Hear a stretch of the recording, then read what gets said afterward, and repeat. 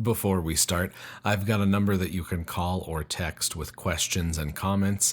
Hit me up at 720-772-7988 and leave a message.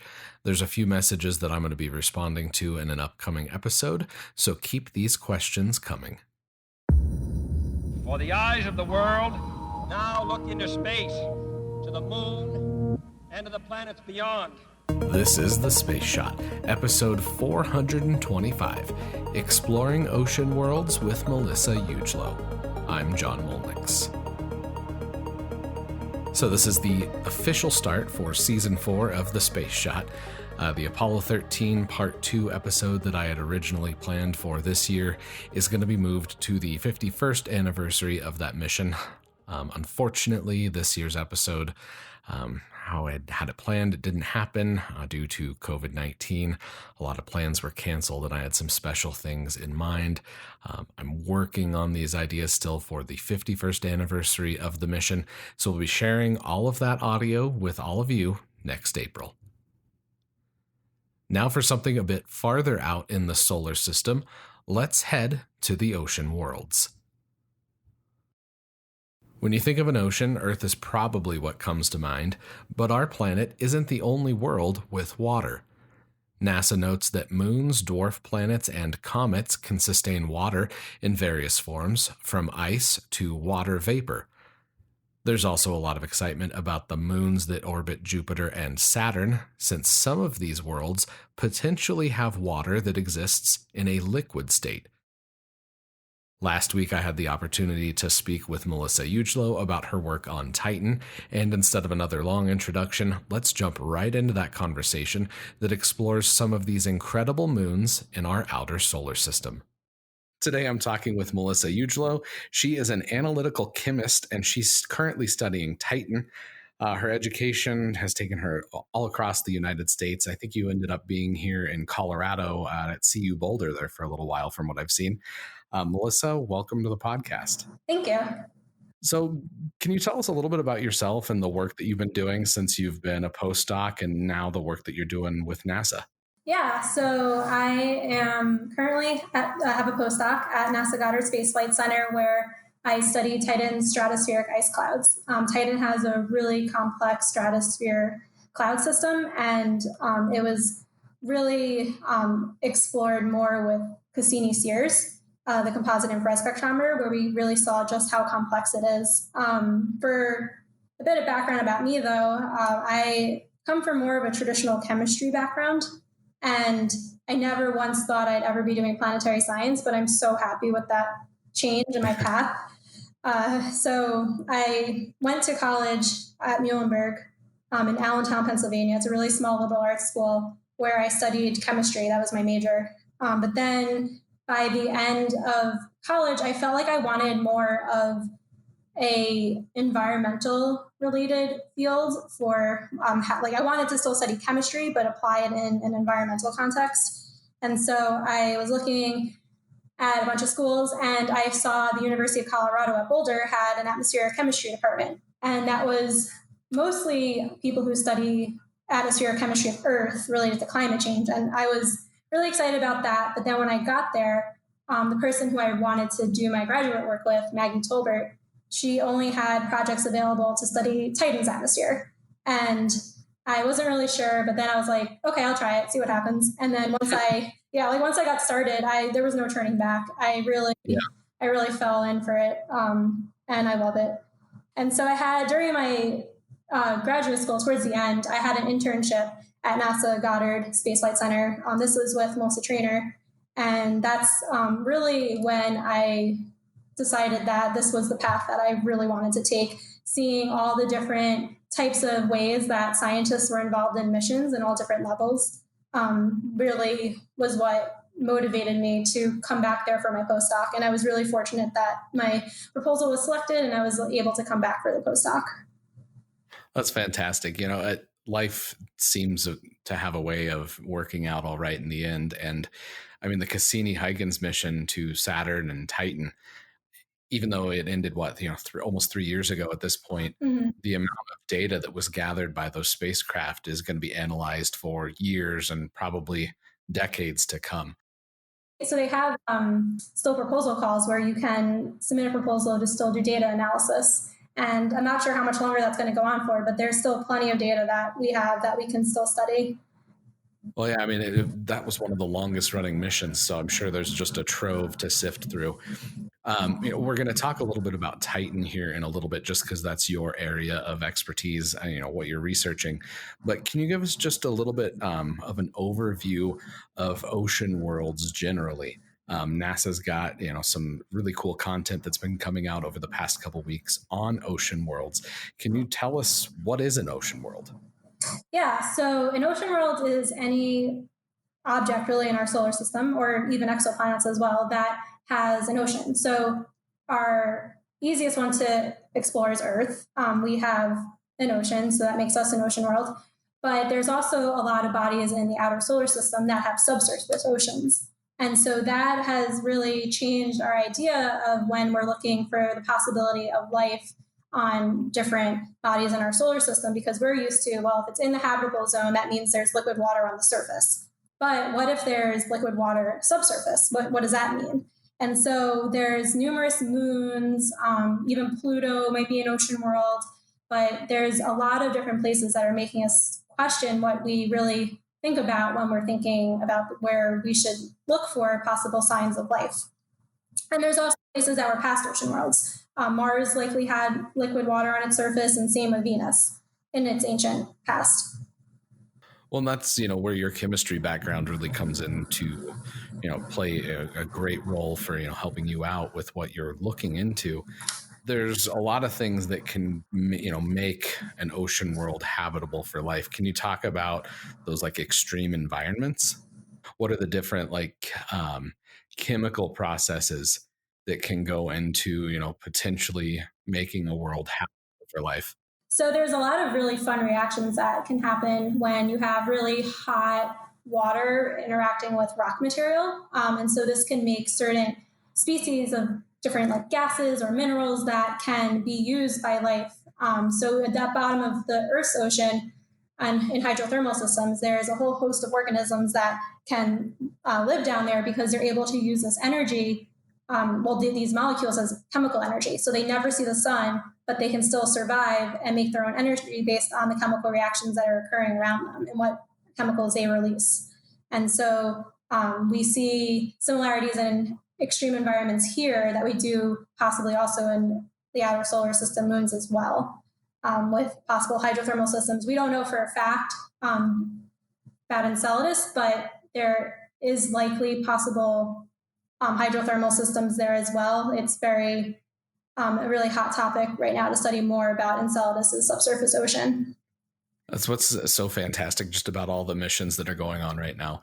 Like the Voyager missions back in the 80s, there's just, a lot of publicity. And then obviously like the Apollo program, people tend to think that, we've passed the golden age of space flight and space exploration. But really with what's going on with robotic missions right now, we're in the thick of a time where we're going to probably start to fundamentally transform our understanding of the solar system. What's been one of your favorite things, I guess, that's come out over the past couple of years about a discovery that's been made? Oh, that's a good question. I guess I am biased to Titan.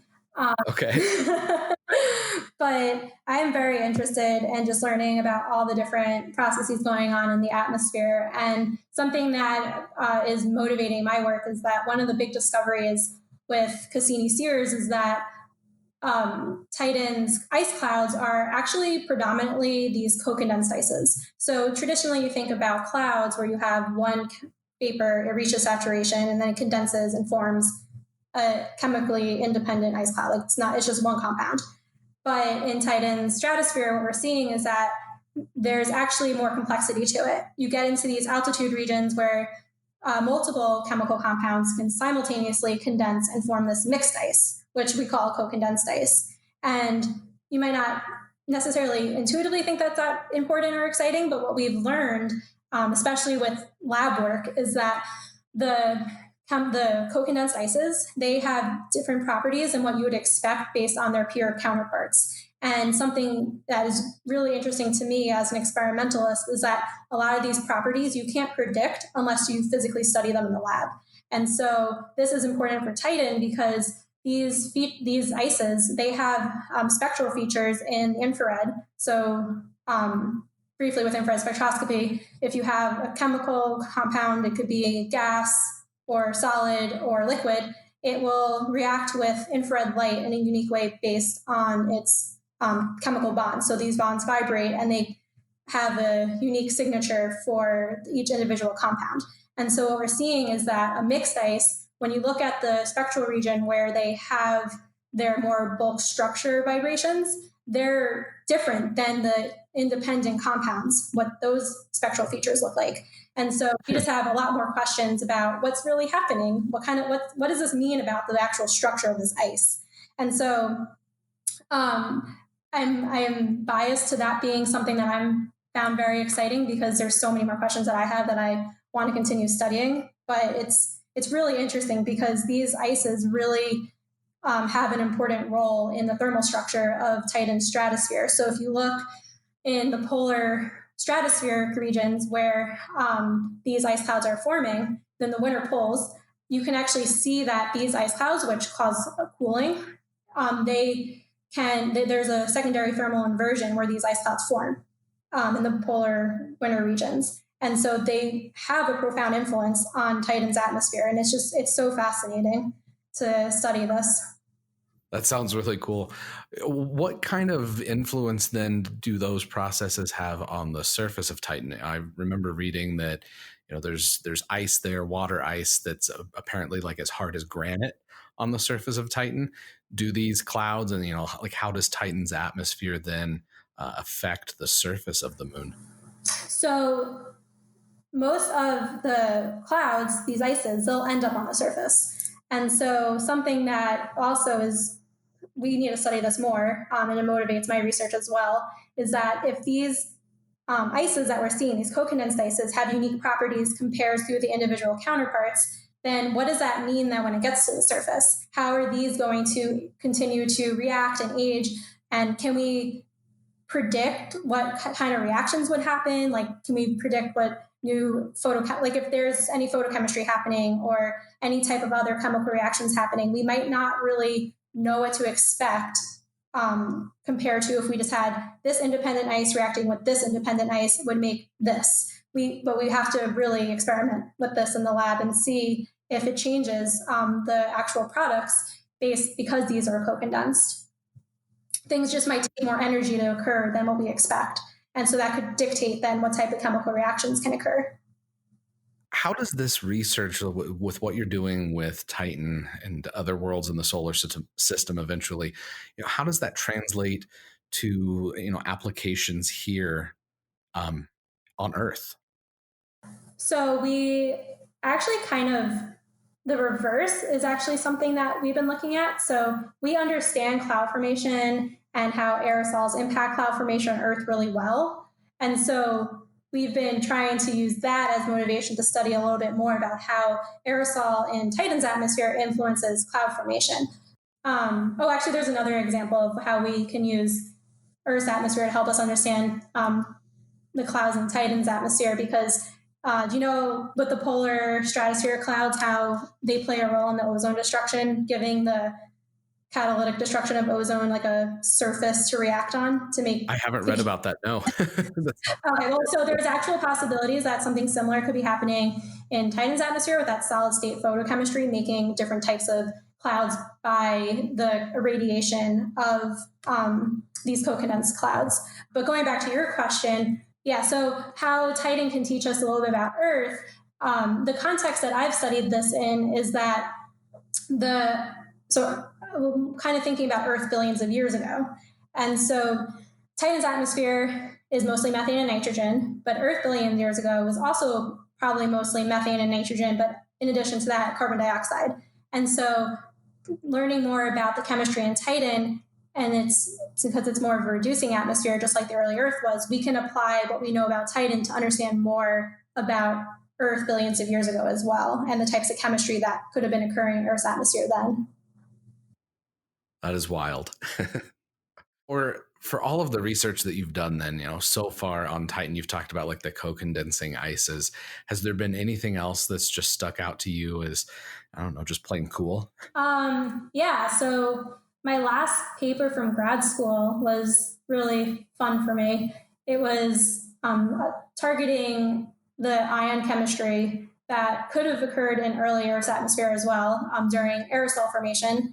And we found some pretty interesting results that we can see that as an atmosphere starts to accumulate the amount of molecular oxygen it has, the type of chemistry at a certain point just like hits a switch and changes over from being mostly like reducing to then immediately just mostly oxidizing. And there's just like, it's like you hit a wall and then it just completely switches over. It's not so much gradual.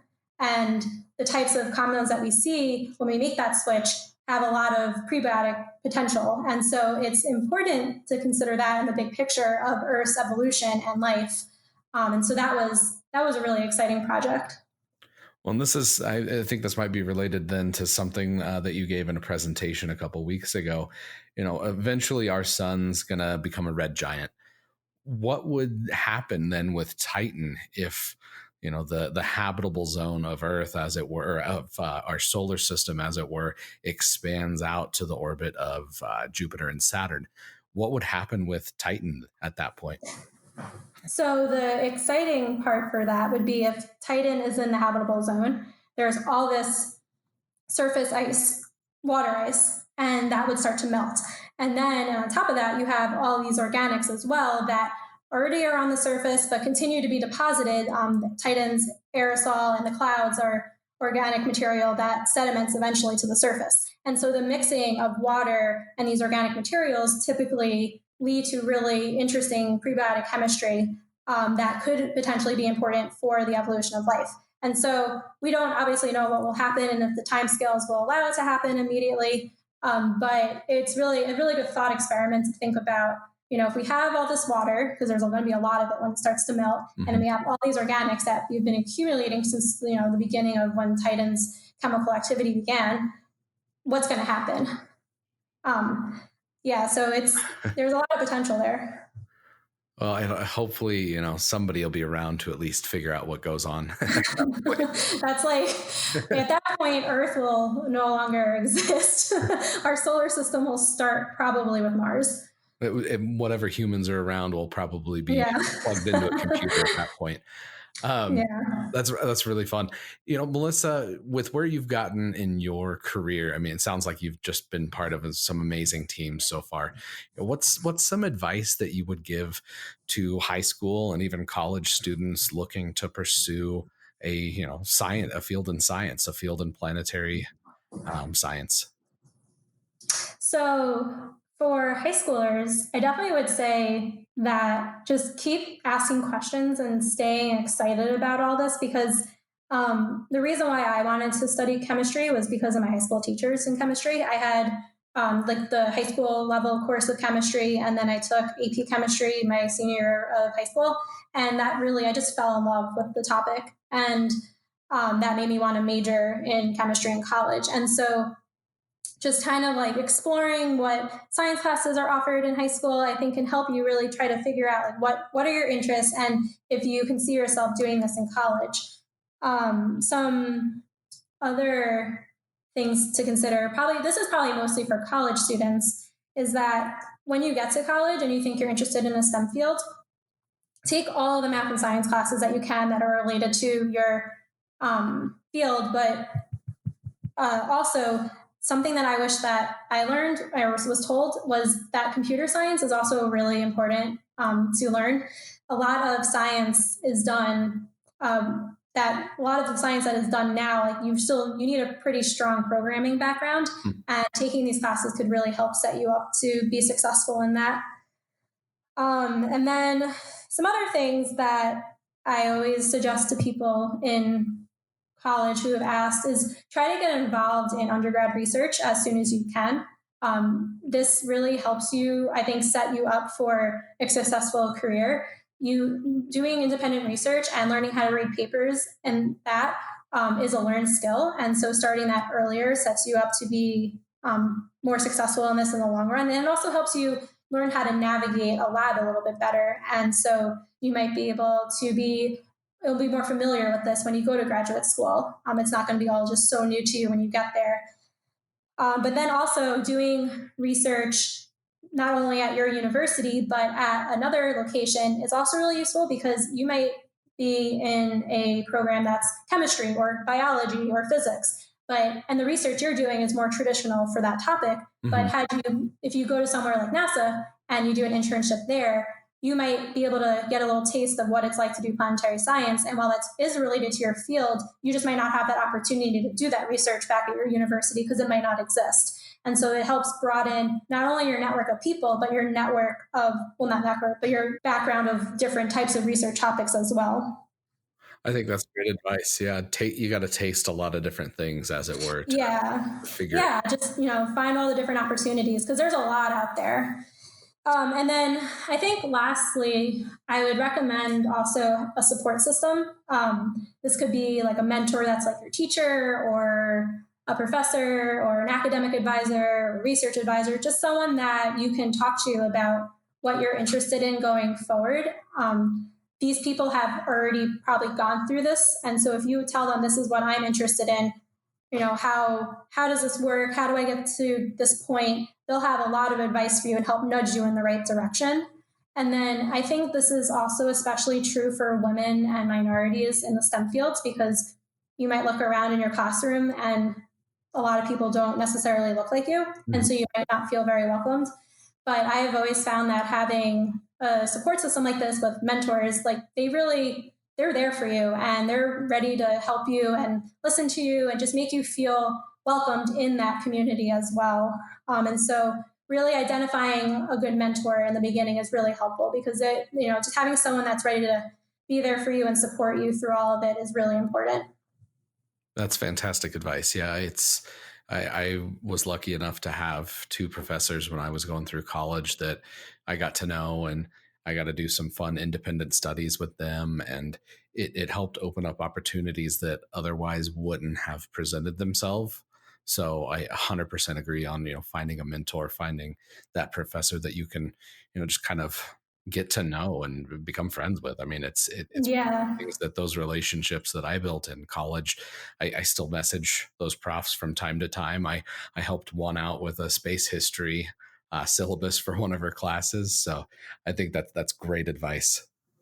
They are really important. And this even can include high school, because I was actually just talking about this with someone earlier.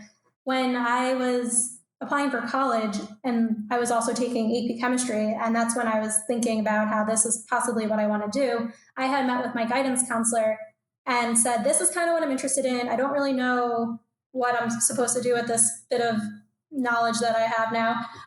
And so he was like, well, let's go down to the science department chair and let's talk to her. And so we went down there unannounced, and she opened up a book. I'm pretty sure it was a book of like all the colleges and what they specialized in. I have no idea what this book was exactly, but then she helped me narrow down what exactly I was interested in and what schools were well known for what, and what classes I should be taking. And then she's the one who told me, consider doing undergrad research, not your freshman year, but start looking once for your sophomore year to start getting into undergrad research then. And so that was really useful for me for moving forward in my career, even just in college. And so your high school guidance counselors and teachers are a really useful group of mentors as well. Yeah, I was lucky enough at my high school. That was actually my grandma way back in the day. Awesome. So yeah, I friends that I 100% agree. Going to work with one of the the career coaches or counselors, they can really help point people in the right direction. So 100% agree on that one as well. Well, your grandma's probably pretty invested in your future. They do. I mean, that is what they're there for. And a lot of them, it's not just a job to them. They really, truly do want to help kids, chart. Yeah, I think it's also really easy when you're in school and the topic's a little hard. You might not necessarily like, oh, this teacher or this professor it's really a challenging class, but they also sign up for this knowing that they're going to mentor students as well. And so knowing that they're expecting you to want to talk to them about your future and they're ready to be a mentor, I think is important to consider. Definitely. Well, Melissa, thank you so much for all the info. It was great having you on the podcast, and hopefully again in the future, we'll be able to have you on when there's more things happening around Saturn. Yeah, and thank you for having me. This was fun. That's it for this time. Be sure to subscribe to The Space Shot so you never miss an episode. I'd also love it if you could leave a review in Apple Podcasts, Spotify, or Google Podcasts, anywhere you listen to this podcast, really. Reviews help more people find out about the show, and I definitely appreciate it. I've got a call-in number that you can call or text with questions and comments. Hit me up at 720-772-7988 and leave a message. I'll be sure to get back to you. You can also connect with me and the podcast online. All of the social media links are in the podcast show notes. Until next time, I'm John Mulnix, and I'll catch you on the flip side.